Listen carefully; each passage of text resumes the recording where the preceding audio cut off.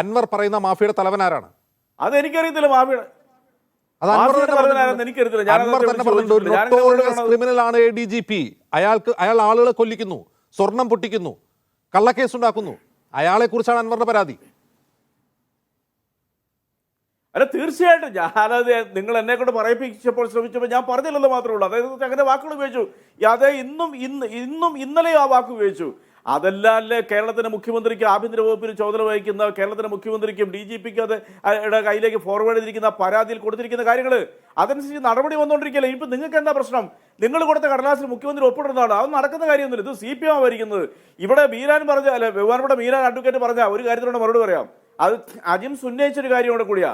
അതായത് ഇവിടെ K. സുധാകരൻ ഇത്രയ്ക്കും വലിയൊരു ക്രിമിനലായിട്ടുള്ള, ഇത്രയ്ക്കും വൃത്തികെട്ട ഒരു മുഖ്യമന്ത്രി കേരളം കണ്ടിട്ടില്ല എന്ന് പറഞ്ഞു. ഇപ്പോഴും പറഞ്ഞല്ലോ, അതും രാഷ്ട്രീയപരമായിട്ട് അവരോട് പറയാം, ഞാൻ ബാധ്യതല്ലേ. എന്താണ് അജിംസ ഇത്രയ്ക്ക് ആ കസേരയിലിരിക്കാൻ ഒരു യോഗ്യതയില്ലെന്ന് അദ്ദേഹം എത്ര പ്രാവശ്യം തെളിയിച്ചു. മോൻസൺ ബാബുകൾ എന്ന് പറയുന്ന ഒരു കൊടും ക്രിമിനൽ ഒരു തട്ടിപ്പുകാരൻ്റെ വീട്ടിൽ പോയി കണ്ണ് ചികിത്സിക്കാൻ പോയെന്ന് പറഞ്ഞുകൊണ്ട് അവിടെ പോയി പാർക്കുകയും അവിടുന്ന് 10-15 ലക്ഷം രൂപ തട്ടിപ്പ് നടത്തിയെന്ന് പറഞ്ഞ് പ്രതിസ്ഥാനത്ത് നിന്ന് ഇപ്പൊ ജാമ്യത്തിൽ നിൽക്കുന്നതാണ് ഈ K. സുധാകരൻ എന്ന് പറഞ്ഞാണ്. RSSന്റെ ശാഖകളിൽ ഞാൻ കാവൽ നിന്നിട്ടുണ്ടെന്ന് പറഞ്ഞു. ഞാൻ വേണമെന്നുണ്ടെങ്കിൽ BJPയിലേക്ക് പോകുമെന്ന് പറഞ്ഞൊരു വിദ്വാന് കേരളത്തിന്റെ മുഖ്യമന്ത്രി ആ ഒറ്റ വാക്കുകൾക്കൊക്കെയുള്ള മറുപടിയാണ് ഇന്ന് അവിടെ വെച്ച് പറഞ്ഞത്. നിങ്ങളതൊന്ന് മനസ്സിലാക്കിയേ.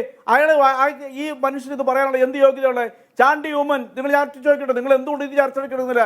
ഇന്നലെ ഞാനിത് ചോദിച്ചാൽ ചാണ്ടി ഉമ്മൻ പറയുന്ന MLA അതായത് BJPയുടെ കേന്ദ്ര സർക്കാരിന്റെ അണ്ടറിലുള്ള ഉപരിതല ഗതാഗത വകുപ്പിന്റെ ലീഗൽ കമ്മിറ്റിയിലെ അംഗമായിട്ട് 19 സ്ഥാനത്ത് എടുത്തിരിക്കുന്നു.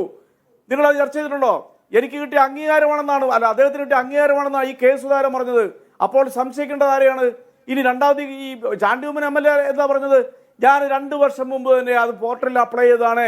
2 വർഷം മുമ്പ് ഇദ്ദേഹം BJPയിലായിരുന്നോ? ഞാൻ ചോദിക്കട്ടെ, കേരളത്തിലെ ഏതെങ്കിലും ഒരു കോൺഗ്രസ് നേതാവിന് CPM ഒരു വാഗ്ദാനം, ഈ പറയുന്ന അഡ്വക്കേറ്റുമാർക്ക് ആർക്കെങ്കിലും ഒരു പൊസിഷൻ വാഗ്ദാനം ചെയ്ത് അവർ സ്വീകരിക്കുമോ? ഒറ്റ ചോദ്യത്തിന് മറുപടി അജിംസ് പറഞ്ഞേ, ബഹുമാനപ്പെട്ട മീരാൻ പറഞ്ഞേ. അപ്പൊ നിങ്ങൾ റജി ലൂക്കോസിലേക്ക് ഞാൻ വരാം.